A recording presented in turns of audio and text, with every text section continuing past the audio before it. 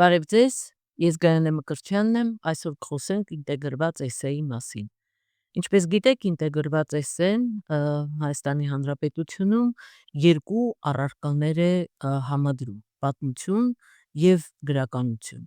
Եվ 9-րդ դասարանցիների ավարտական քննությունը ձևավորվում է, կազմակերպվում է ինտեգրված էսսեյով։ Ինտեգրված էսսեն ինչով է տարբերվում առարկայական էսսեից։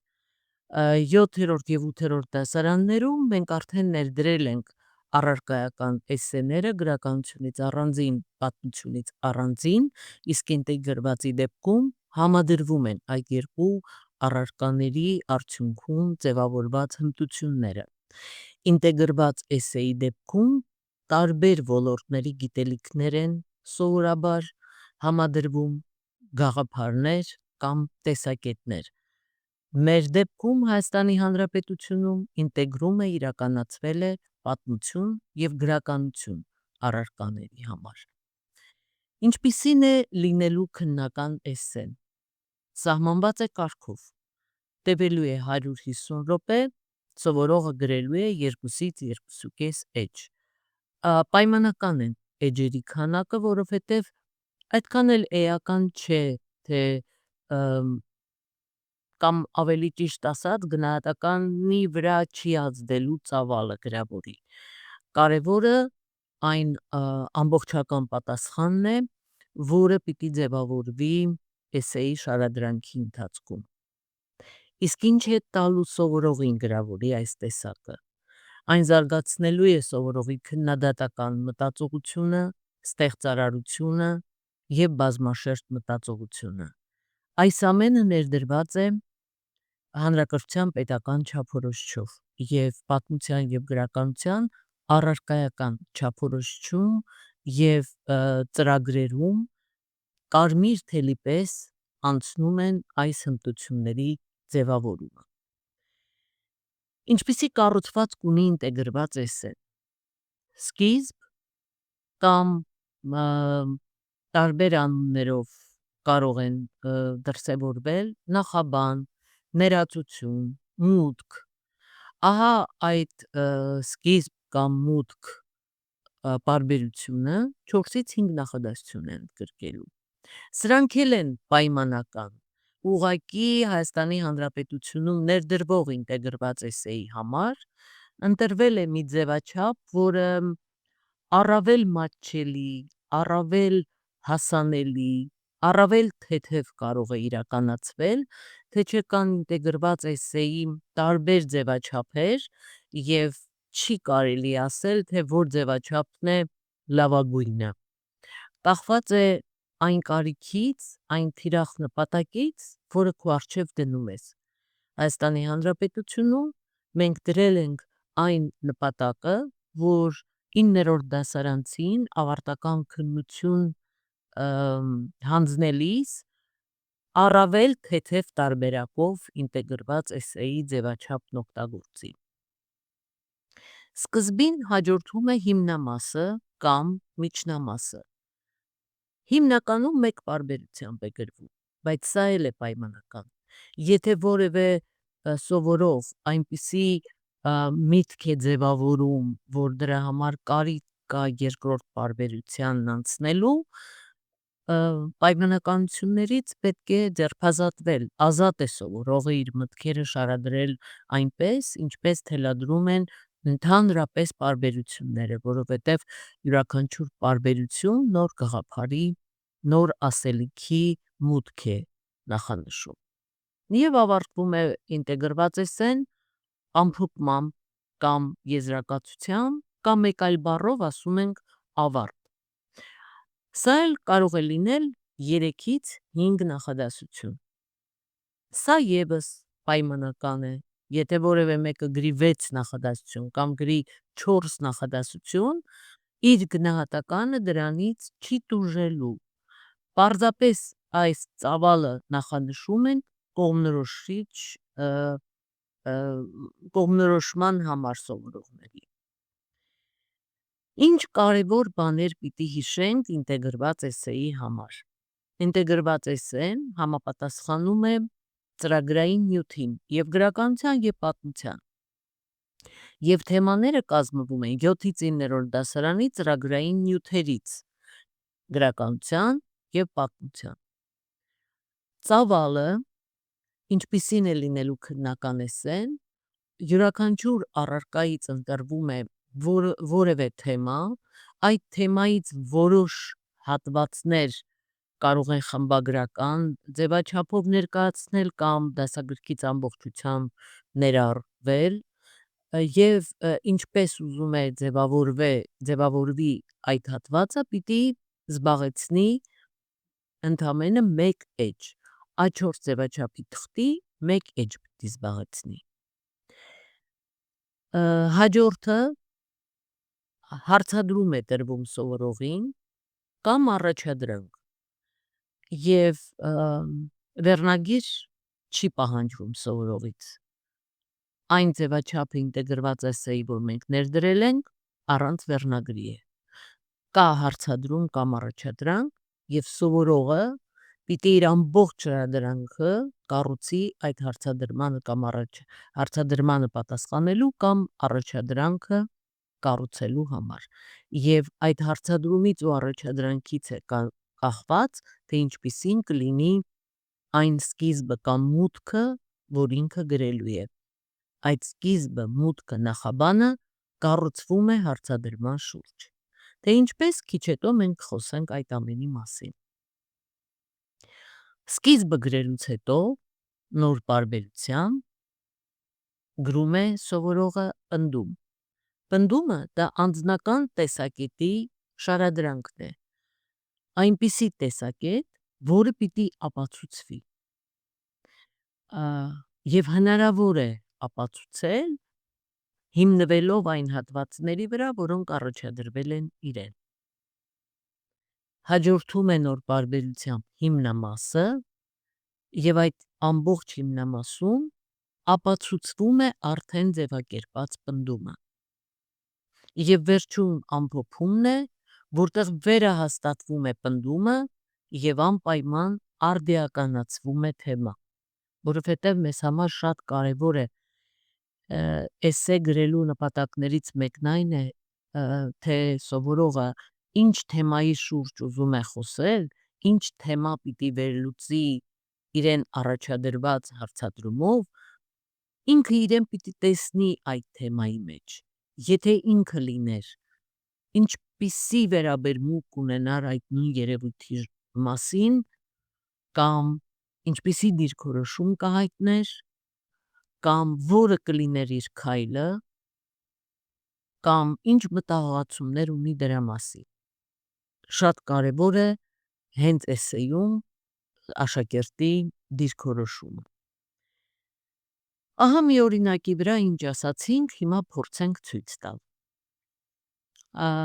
Սա այն հարցադրումն է, որի շուրջ էսսեն գրվել է Տավուշի մարզում։ Հարցադրումն այսպիսին է. ինչու էր կարևորվում կրթության զարգացումը, ինչ դեր էր վերապահվում կրթությանը տարբեր ժամանակաշրջաններում հասարակության զարգացման գործում, և արդիականության այդ գաղափարը երկրորդ հարցադրմամբ սովորողը պիտի պատասխանի։ Դա քո կարծիքով ինչպիսին պիտի լինի ապագայի դպրոցը։ Հիմա տեսնենք, թե ինչպես պիտի սովորողը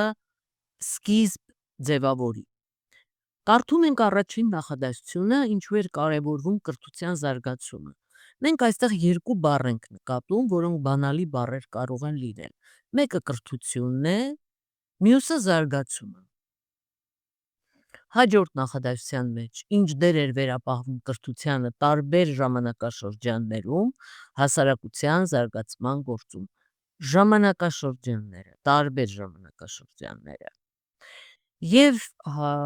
վերջին նախադասության մեջ քո կարծիքով ինչպիսին պիտի լինի ապագայի դպրոցը, ապագան։ Ահա մենք ունենք բանալի բառեր՝ կրթություն, զարգացում, ժամանակաշրջան, ապագա։ Ուրեմն շատ կարևոր է այն թերթիկը, որը տրված է սովորողին որը պիտի ընթերցի եւ դրա շուրջ պիտի գրի ինտեգրված էսե, չափազանց կարևոր է ընդգծումներով ընթերցել, այնպես հիմա ես արեցի, ընդգծել այն բանալի բառերը, որոնք իմ տեսադաշտում պիտի լինեն եւ ես դրանց շուրջ պիտի իմ դատողությունները հավաքեմ։ Կարդում եմ սրանից հետո, կարդում եմ եւ գրականության հատվածը եւ պատմության հատվածը, եկեք հիմա մենք տեղափոխվենք այդ ուրեմն աշխատանքը, ահա դուք տեսնում եք էսեագրության ուղեցույցը, որը տեղադրված է Պաշարների շտեմարանում եւ յուրաքանչյուրը կարող է օգտագործել, հասանելի է բոլորին, որտեղ տրված է էսեագրության ուղեցույցում ինտեգրված էսեի մասին եւ տեսական նյութ եւ օրինակներ եւ ինչպես նկատում եք նկարը բավականին խոսուն է եւ այստեղ երևում է, որ գրականության եւ պատմության հատվածները պիտի նժարվեն իրար, առավելություն թեթևակի ճոճք կարող են ունենալ, մի փոքր կարող է կախված հատվածի կամ հարցադրումից կշիռն ավելանա, ավելի ծանրանա պատմության դիտարկումը կամ գրականության դիտարկումը, բայց երկուսի ասելիքն էլ պիտի կշիռ ունենա, այնպիսի կշիռ, որ ի վերջո ճոճքից երկարատև կամ տևական ճոճքից հետո այս երկու հատվածները համադրվեն եւ եթե նկատում եք այսպես երկու նժարների վրա նստած դեմքերը, տղան եւ աղջիկը դեմքով իրար են նայում եւ կարծեք թե զրույցի բռնված լինեն, հենց այս նկարը խոսուն է այդ առումով, որ անընդհատ հաղորդակցության մեջ պիտի լինեն, անընդհատ պիտի մտքերի փոխատեղում լինի գրականության եւ պատմության։ Եվ մենք հիմա գնանք այդ հատվածին, գրականության եւ պատմության, ահա Ռաֆու Խենթից հատվածը, որտեղ Վարդանի երազի մի դրվագն է, մենք հիմա չենք ընթերցի, դուք հետո կարող եք սա ավելի ուշադիր նայել եւ տեսնել, տեսեք ապագան է, այստեղ եւ ապագան է երևում, եւ ժամանակաշրջանն է երևում,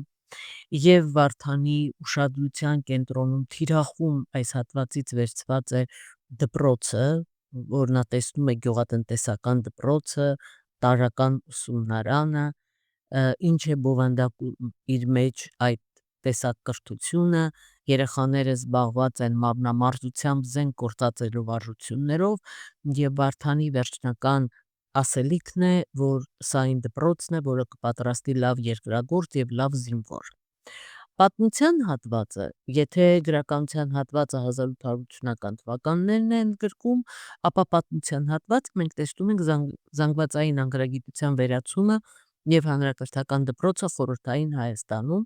այդ թեմայից ընտրված է որոշակի հատված եւ վերաբերում է, ինչպես նկատում եք, 30-ական թվականներում, 20-ից 30-ական թվականներում, ինչպիսին էր Հայաստանի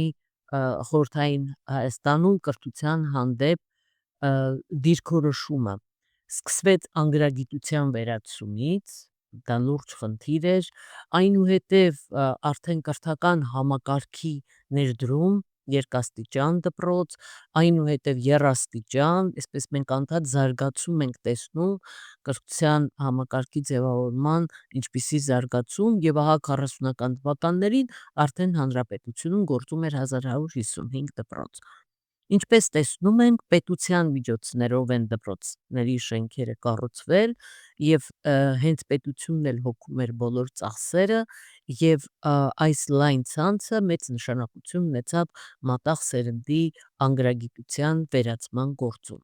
Սա եւս դասագրքից վերցված օրինակ է։ Ահա այս երկու հատվածները մենք նայեցինք եւ մեր ուշադրությունը հիմա սևեռենք, տեսնենք, թե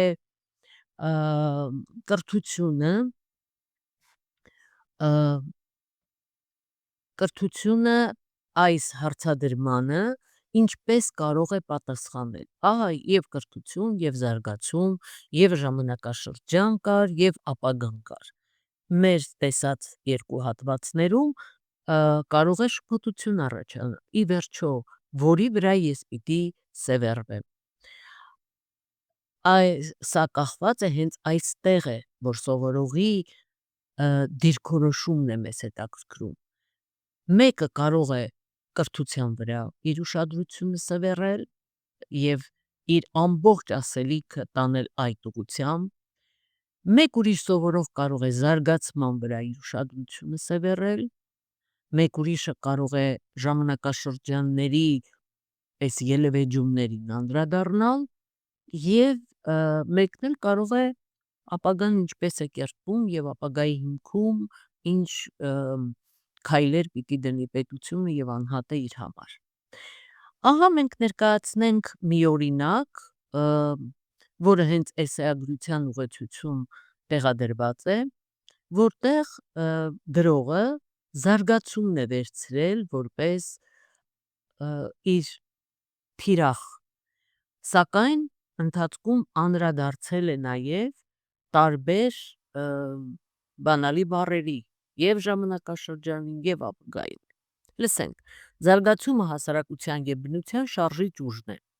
Առանց զարգացման հասարակական կյանքի բոլոր ոլորտների առաջընթացն անհնար է։ Զարգացումը լավագույնս դրսևորվում է կրթության բնագավառում։ Այն հենվում է նախորդ սերունդների հաջողված փորձի վրա, դաս է քաղում սխալներից եւ միտված է ապագային։ Ահա մենք տեսանք նաև, թե ժամանակաշրջանները ինչպես են տեղավորվել այս մեկ նախադասության մեջ։ Ներկան ձևավորվում է ապագայի առողջ տեսլականով եւ առանց նրա կլճանար մարդկության պատմությունը։ Եվ ահա կարող է լինել սկիզբ, որ այս բոլոր բանալի բառերն էլ ներառված լինեն ասելիքի մեջ։ Ուրեմն, եթե ընդհանրացնենք, ինչպես է ձևավորվում սկիզբ, այն հարցադրումը կամ առաջադրանք, որը տրվում է սովորողին, ընդգծումներ են արվում, որոնք են այն բանալի բառերը, որոնց շուրջ ինքը պիտի մտորի, որովհետև իր ասելիքը, ամբողջ ասելիքը պիտի այս հարցադրման պատասխանը լինի, այդ բանալի բառերով ձևավորում է ընդհանրական գաղափար իր հիմնական ասելիքի շուրջ, որը կկոչվի սկիզբ, նախաբան, ներածություն կամ մուտք, եւ որից հետո կընթանանք առաջ, կձևավորի պնդում։ Պնդումը, ինչպես արդեն ասացինք, այս ամենի շուրջ սովորողը կարդում է երկու հատվածներն էլ, անպայման այդ հատվածները ընդգծումներով է ընթերցում, սա շատ կարևոր է ճիշտ աշխատանք կատարելու համար։ Պիտի սովորենք ինչ կարդում ենք ընդգծել այն կարևոր միտքը, բառը, բանալի նախադասությունը, որը մտորելու եւ դրանից նոր գաղափարներ դուրս բերելու հնարավորություն կտա եւ դրա շուրջ ձևավորվում է մեկ ընդհանրական ասելիք, որը կկոչվի մեկ ընդհանրական, այսպես ասած, թևավոր միտք, որը գրողինն է, անձնական տեսակետն է, այն փաստ լինել չի կարող։ Չի կարելի վերցնել գրականության կամ պատմության հատվածից որևէ նախադասություն եւ գրել որպես պնդում։ Չի կարելի հայտնի ասացվածք վերցնել եւ գրել որպեսզի դա գրագողություն է։ Էսեն անձնական տեսակետի շարադրանք է։ Դու պիտի 20 հոգի կարող են նույն հատվածները կարդալ, բայց տարբեր դիտարկումներ անել, որովհետև տարբեր դիտակետերից են ուսումնասիրում այդ հատվածները։ Դրա համար շատ կարևոր է այդ անձնական տեսակետի շարադրանքը։ Ահա էսեագրության ուղեցույցում այս հատվածի համար ձևավորվել է նման պնդում. կրթության զարգացումը հայրենիքի հզորացման առանցքային երաշխիքն է, որի մեջ ինչպես տեսանք, կա սկզբի կրթություն, Բանալի բառը կա զարգացումը եւ հայրենիքի հզորացումն արդեն միտված է ապագային։ Այստեղ մի կարևոր հարցի շուրջ եմ ուզում մենք զրուցենք, որ շատ կարևոր է ուշադրություն դարձնել դրան։ Փորձեմ հիմա մտքերս ձևակերպել մեկ օրինակով։ Պնդումը կարող է լինել, կարող է դառնալ, այսպես պատկերավոր ասած, փոս, որի մեջ կարող է ընկնել սովորողը եւ այլևս չկարողանա դուրս գալ, եւ պնդումը կարող է լինել ճանապարհ, որը կտանի, կհասցնի այն ճիշտ հանգրվանին, որը նախապես նախանշված էր իր համար, եւ այդ ճանապարհի, այսպես ասած, լույսը, որը պահված է իր ամբողջ ընթացքի վրա, այն հարցադրումն է, որը վերևում տրված է։ Տեսեք, Հայկ եւ Բել եւ Նալբանդյանի ազատություն այս երկու համադրվող տեքստերի համար ազատությունն է, երկու դեպքում էլ ազատությունը կարող ենք վերցնել որպես գլխավոր գաղափար, բանալի բառ։ Եվ ուրեմն, երբ ազատությունն ենք դիտարկում որպես գլխավոր գաղափար, անմիջապես ես մտորում եմ դրա շուրջ, թե ազատությունը, մանավանդ երկրորդ հարց կա, թե դու ինչպես ես պատկերացնում ազատություն եւ դու քեզ ազատ մարդ համարում ես, թե ոչ։ Այդ երկրորդ հարցադրումը սա է։ Ինչ է ազատությունը, չէ՞, պիտի կարդա սովորողը երկու հատվածն էլ, Հայկ եւ Նալբանդյանի ազատությունն էլ, եւ այդ երկուսից պիտի դուրս բերի մեկ ընդհանրական գաղափար։ Հիմա որ դեպքում սխալ պնդումս ինձ կարող է փոսը գցել։ Ասենք կան նման դեպքեր, հիմա ես բերեմ մեկ օրինակ մեզ հանդիպած դեպքերից։ Աշակերտներից մեկը գրել էր, պնդում էր ձևակերպել այդ երկուսի վրա։ Ազատությունը ամենաթողություն չէ։ Սա որպես պնդում է ձևակերպել։ Հիմա ես ասենք թե ընդունեցի այս գաղափարը, ընդունեցի սա որպես պնդում։ Ինչ պիտի անեմ։ Կարդում եմ իմ հատվածները Հայկ եւ Բելը եւ Նալբանդյանի ազատությունը։ Այնտեղ ամենաթողության մասին որևէ խոսք կա։ Իհարկե չկա։ Որևէ բառ ամենաթողության մասին չկա։ Ուրեմն ես վստահ կարող եմ ասել, որ սա հաջող պնդում չէ, որովհետև ամենաթողությունը ոչ Հայկ եւ Բելում է արծարծվում որպես ազատության մեկնաբանություն, ոչ էլ Նալբանդյանի ազատության մեջ։ Այս տիպի պնդում գրելու դեպքում սովորողն իրեն գցեց փոսը։ Ինքը այստեղից դուրս գալ չի կարող, որովհետև չկա հատվածներում որևէ միտք, որով հնարավոր է ապացուցել այս պայմանավորվածության մեջ, այս երկու հատվածների շուրջ, որ ազատությունը ամենաթողություն կարող է լինել կամ չլինել։ Ուրեմն հրաժարվում ենք նման պնդումներից։ Այս տիպի պնդումներն, ասացինք, ծուղակ է, որից ոչ մի կերպ հնարավոր չէ դուրս գալ։ Իսկ եթե մենք ասենք գրենք մի միտք այս երկու Հայկ եւ Բելի եւ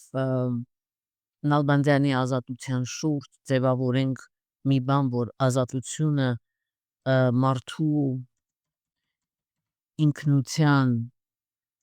դրսևորումներից է, այս դեպքում հնարավոր է, չէ, որ ես սա կարողանամ ապացուցել։ Ինչ ինձ հնարավորություն կտա ապացուցել, երկու հատվածներում էլ եւ Հայկ եւ Բելի, Հայկի արարքների մեջ եւ Նալբանդյանի ազատության երևակայական հերոսի կամ հեղինակի այսպես ասած նկարագրի մեջ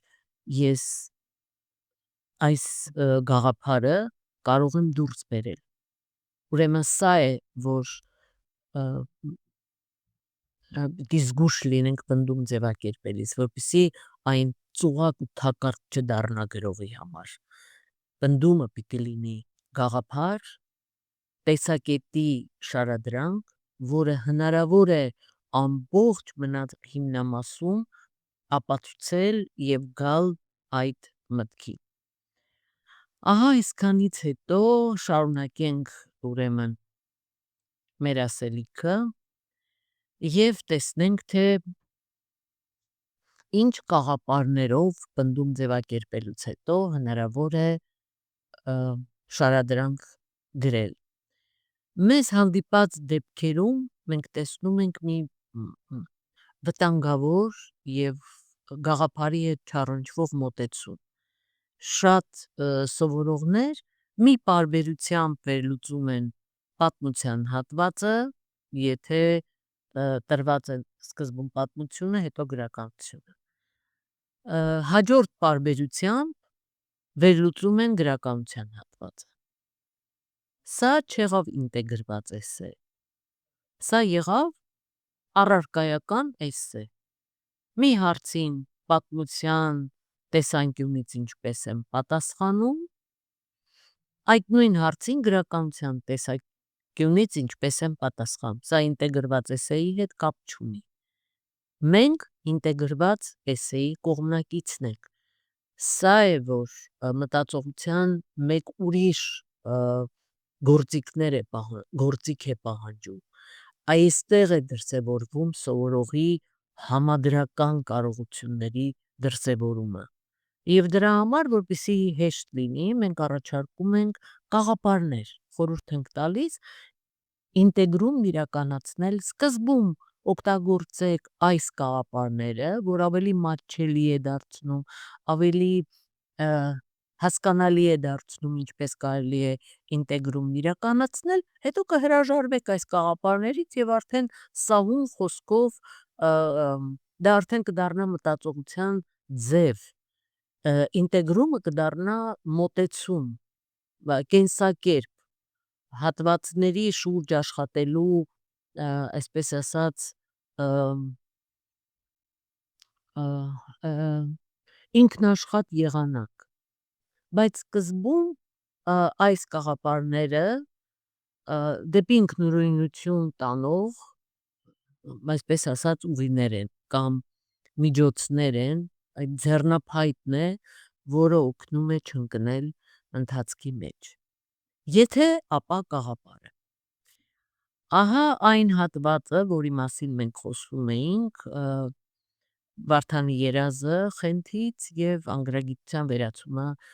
20-30-ական թվականներին, եթե ապայով ինչպես կինտեգրեմ, ոչ թե առանձին խոսեմ պատմության հատվածի մասին առանձին գրականության, այլ մեկ նախադասությամբ այդ երկուսը կհամադրեմ իրար հակադրելով։ Եթե Ռաֆու Խենթը վեպում գյուղատնտեսական դպրոցը ներկայացվում էր որպես ապագայի իդեալ, ապա խորհրդային Հայաստանում կրթական համակարգը փորձեց այդ իդեալը կյանքի կոչել, ստեղծելով եռաստիճան դպրոցներ։ Ահա տեսաք, մեկ ուրեմն նախադասությամբ ես համադրեցի ասելիքս, իսկ դրան ինձ կօգներ այն, երբ ես երկու հատվածները ընթերցում էի, ընդգծումներ արած լինեմ և դրանք ինձ օգնեն համադրել այդ նախադասությունները, ինչպես կարող են մեկ ասելիքի շուրջ ձևավորվել։ Կամ մյուս գաղափարը, ինչպես, այնպես։ Այս գաղափարը, եթե ապան հակադրման նպատակով է օգտագործվում, ապա ինչպես այնպեսը համադրման նպատակով կօգտագործվի։ Եվ եթե տեսեք տեսանկյունների, դիտակետերի տարբերությունն է, մեկը կարող է միայն իր ասելիքը կառուցել հակադրելով երկու հատվածներում եղած գաղափարները, մեկ ուրիշը կարող է ուշադրությունը սևեռել միայն ընդհանրությունների վրա, համադրել գաղափարները։ Մեկ ուրիշն էլ կարող է երկուսն էլ օգտագործել։ Ազատ է սովորողը իր ասելիքի շարադրման գործում։ Հիմա եթե համադրեմ, ինչպիսին կլինի իմ ձևակերպումը, ահա տարբերակներից մեկը։ Ինչպես Վարդանն էր ազգի զարգացման հիմքը համարում կրթությունը, այնպես էլ խորհրդային Հայաստանի ղեկավարությունն էր առաջնային խնդիր համարում կրթական համակարգի ձևավորումը։ Մեկ ուրիշ կաղապար այն, ինչ պատմական փաստերը հաստատում են այն, ինչ գրականության մեջ վաղուց հնչեցված էր։ Տեսեք, այստեղ ժամանակաշրջանների խաղն է մտնում։ Պատմությունը վերաբերում է 20-րդ դարի սկզբին, իսկ Ռաֆուխենկը 19-րդ դարի վերջ։ Օրինակ, խորհրդային իշխանությունների կողմից կրթության աշխարհիկացման գործընթացը հաստատում էր այն միտքը, որը գրականության մեջ վաղուց էր հնչեցվել. դպրոցը պիտի դաստիարակեր ազատ ու մտածող քաղաքացի։ Ահա այս կաղապարները շատ են օգնում սկզբնական շրջանում ինտեգրումը պատկերացնելու գործում։ Գանք ամփոփմանը։ Ինչ է արվելու ամփոփման մեջ։ Վերահաստատվում է պնդումը, որովհետև մենք պայմանավորվել ենք։ Այսօր խոսում ենք սրանից, դա իմ պնդումն է։ Ես մի գաղափար եմ նետում հրապարակ և ասում եմ, իմ ամբողջ նպատակ այսօրվա այս 2.5 ժամը լինելու է բոլորիդ ընթերցողին համոզել, որ իմ տեսակետը ընդունելի տեսակետ է։ Եվ իմ ամփոփման մեջ, երբ ես արդեն ի վերջո եզրափակում եմ ասելիքս, վերահաստատում եմ, որ այն, ինչ սկզբում ես որպես պնդում շարադրել էի, հասա իմ նպատակին։ Ես կարողացա վերահաստատել այն, ինչ ամբողջ հիմնամասում մինչ այդ ես շարադրում էի։ Այսպիսով, կրթական բարեփոխումները անբաժան են հայրենիքի հզորացման գաղափարից։ Այս ձևակերպումը և ընդունելի է Խենթի Վարդանի երազի հատվածի համար և պատմական հատվածի համար։ Մի կարևոր բան, որ ամփոփման մեջ չի կարելի միայն մեկ հատվածի ասելիքը ամփոփել։ Ինչպես նկատեցիք, և սկիզբն է ինտեգրված լինում, և հիմնամասն է ինտեգրված լինում, այնպես էլ ամփոփումը պիտի ինտեգրված լինի։ Ամբողջ շարադրանքում բոլոր բաղադրիչ մասերը ինտեգրված պիտի դրսևորվեն, որովհետև ինտեգրված էր նաև հարցադրումը, այն հավասարապես առնչվում էր և գրականությանը, և պատմությանը։ Եվ մենք ամփոփման մեջ ունենք երկրորդ հատված, որ իհարկե սովորողն ազատ է, հիմնամասում էլ եթե կա դրսևորման տեղ, որտեղ արդիականացումը կարող է իր շարադրանքում տեղ գտնել, ոչ ոք չի կարող նրան ասել դա դրա տեղը չէ։ Մարդն ազատ է իր թևածումների մեջ, մտքի ձևավորման մեջ յուրաքանչյուր սովորող ազատ է։ Այս կաղապարները մենք ստեղծել ենք, որպեսզի չցրվի միտքը, մեկ ողնաշարի շուրջ հավաքվի ասելիքը։ Եվ արդիականացման համար ահա այսպիսի ուրեմն ձևակերպում կարող է լինել։ Եթե սա գիտակցել են հայրենանվեր գործիչները ոչ միայն պետականությունից զուրկ, այլև պետականություն նոր ձեռք բերած հայրենիքում, տեսեք, երկու հատվածներին էլ վերաբերեց։ Պետականությունից զուրկը Ռաֆուխենկին էր վերաբերում, պետականություն նոր ձեռք բերած հայրենիքը դա արդեն 20-30-ական թվականներն են։ Ապա առավել մեծ պատասխանատվություն է դրված անկախ Հայաստանում ապրող ներկա սերունդների վրա։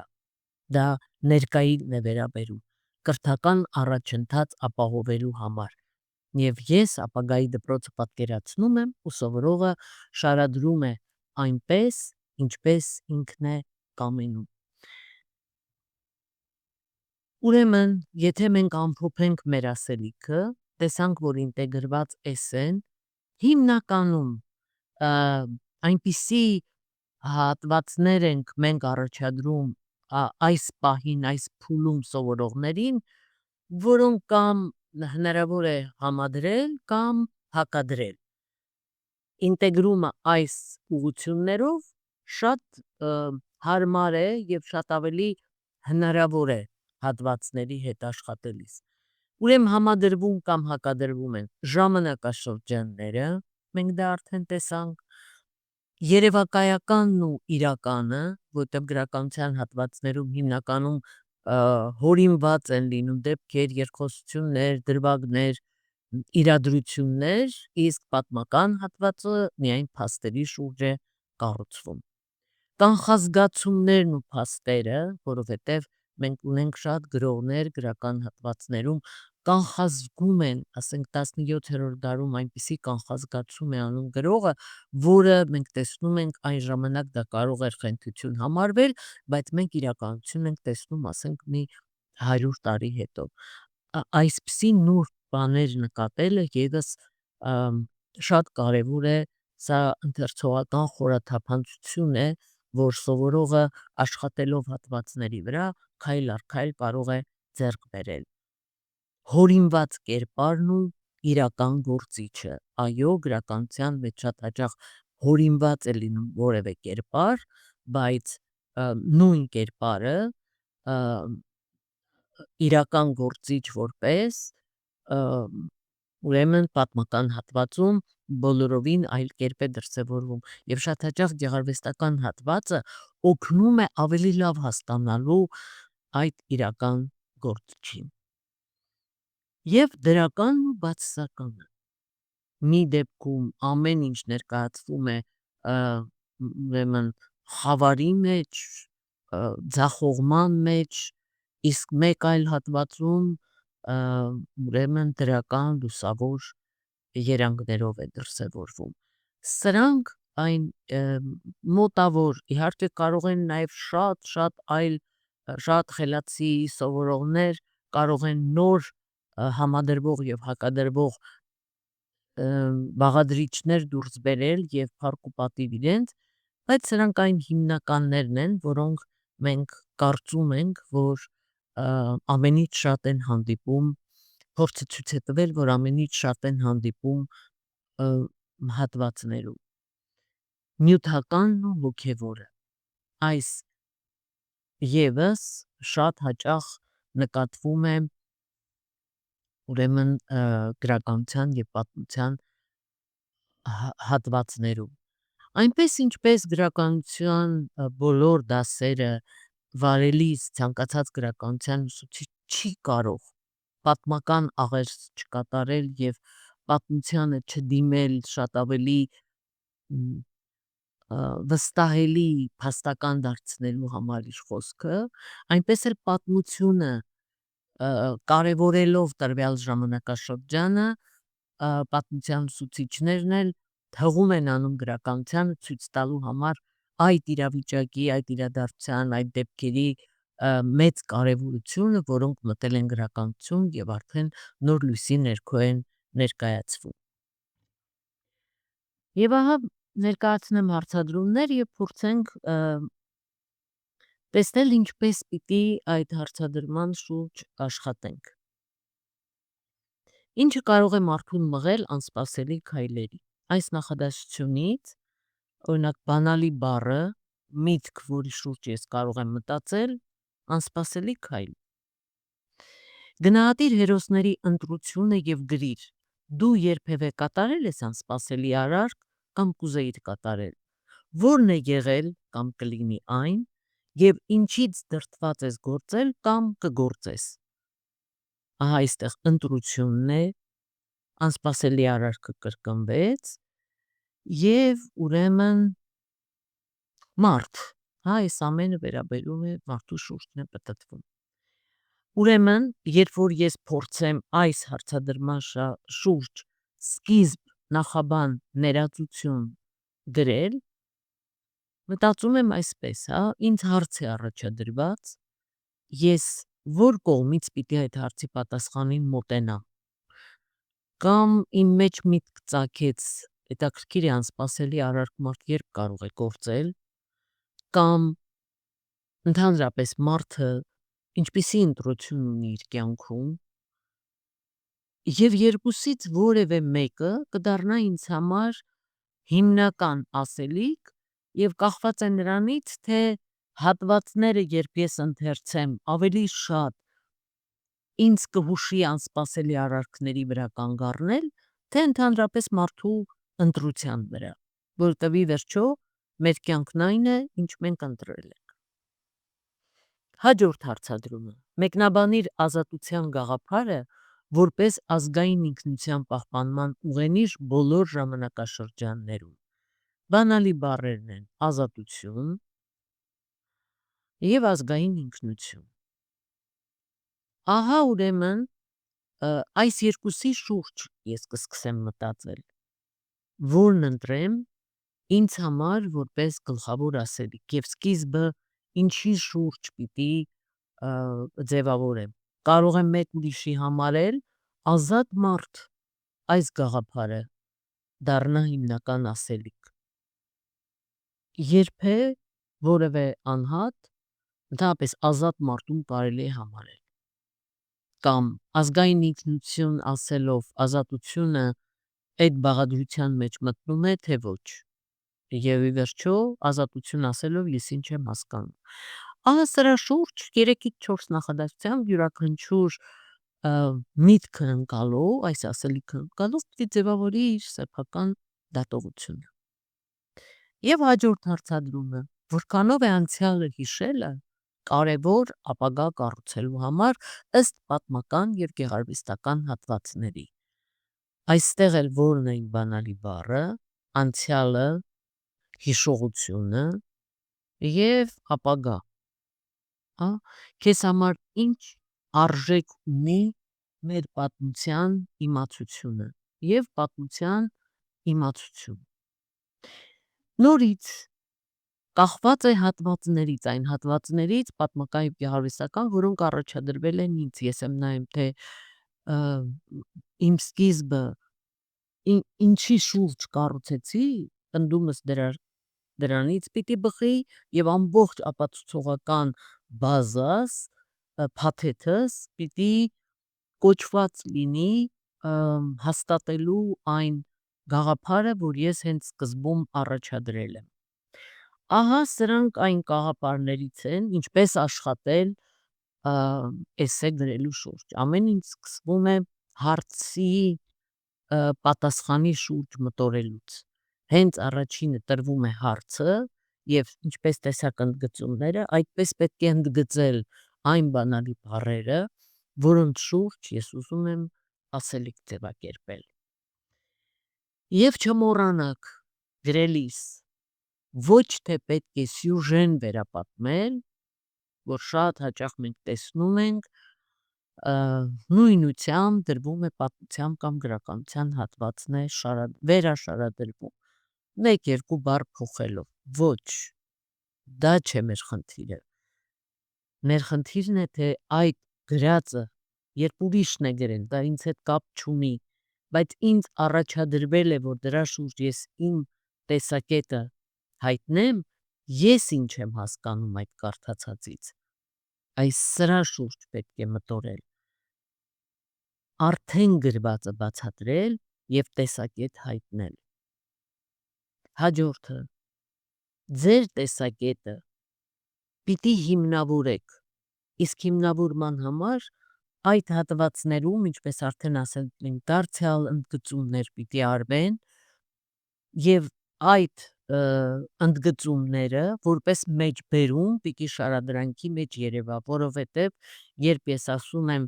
պետականամետ գործիչ էր տվյալ անձը, ես պիտի բերեմ այդ հատվածից այնպիսի մեջբերում, որտեղ իմ հայտնած տեսակետը պետականամետ ձևակերպումը, որակումը, որ ես տվել եմ այդ գործչին, հիմնավորեմ մեջբերումով, որտեղ երևում է գործունեություն, որից ես կարող եմ ենթադրել, որ այդպիսի վարքագիծ ունեցողին այո կհամարեն պետականամետ։ Եվ չենք մոռանում, դուք ազատ եք ձեր դիրքորոշման մեջ։ Ցանկացած կարող եք հայտնել դիրքորոշում, որի հետ ոչ ձեր ծնողները համաձայն լինեն, ոչ ուսուցիչները, ոչ դասընկերները, սակայն դուք չպիտի կաշկանդվեք ձեր դիրքորոշումն արտահայտելու մեջ, բայց դրանք պիտի լինեն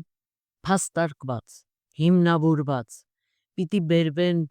ապացույցներ, որոնք ուժեղացնեն ձեր դիրքորոշումը եւ չմոռանաք, որ կարող եք ոչ միայն այդ հատվածները վերլուծել, այլ եթե ընթերցողական փորձառությունը ձեր հարուստ է եւ սիրում եք գրքի հետ աշխատել, տեղեկատվության հետ աշխատել, ապա կարող եք ձեր տեսակետը հիմնավորելու համար ոչ միայն տվյալ հատվածներից մեջ բերում անել, այլ նաև այլ աղբյուրներից կամ այլ այդ տվյալ ստեղծագործության կամ պատմության թեմայի այլ հատվածներից, որոնք այլ դասարաններում եք անցել, այնպես որ միայն պետք չէ կաղապարվել հատվածների մեջ, իհարկե դա չի խոչընդոտի, որ տվյալ հատվածի լիարժեք վերլուծությունը ամենաբարձր գնահատականի արժանա, բայց միաժամանակ դուք ազատ եք այլ աղբյուրներից եւս մեջբերումներ կատարել։ Եվ այսպես, սիրելի սովորող, եղիր ինքնատիպ, գրածը թող խոսի քո մասին, այնպես շարադրիր յուրօրինակ մտքերդ, որ արժեհամակարգդ դու տեսանելի լինես, դու կարող ես, հաջողություն քեզ էսե շարադրելու գործում։